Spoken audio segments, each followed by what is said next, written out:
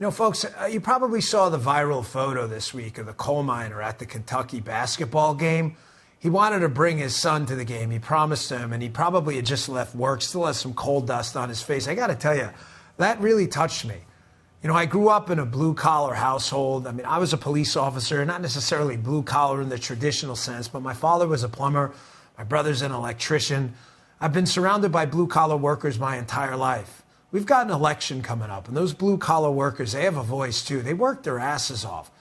You know, I remember going into a radio station earlier in the morning. I brought this story up before, but it's worth repeating. I used to do a morning show and host there once in a while.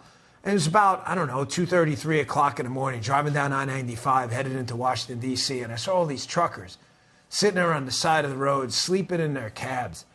And it got to remind me, we just see this stuff in Walmart or whatever it may be, the supermarket.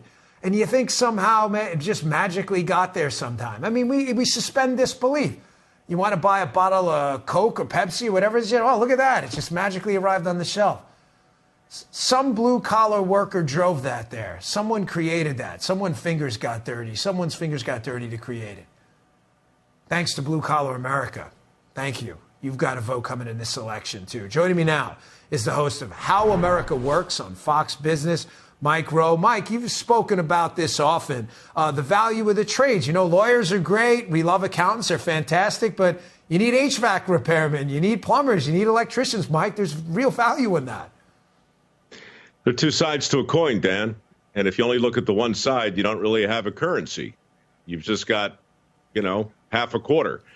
We do this all the time. We elevate one form of education at the expense of the others. We elevate one category of jobs at the expense of the other category of jobs. We can't seem to set the table fairly. We've got to have our thumb on the scale.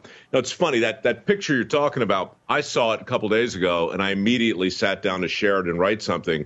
And before I could, 20 other people sent it to me saying, have you seen this? Have you seen this? And I realized, okay, it's already out there.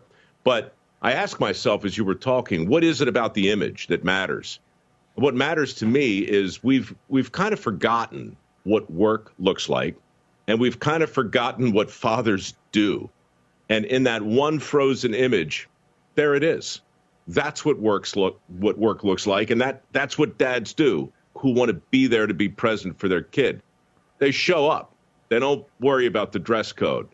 They just show up. I thought it was kind of awesome.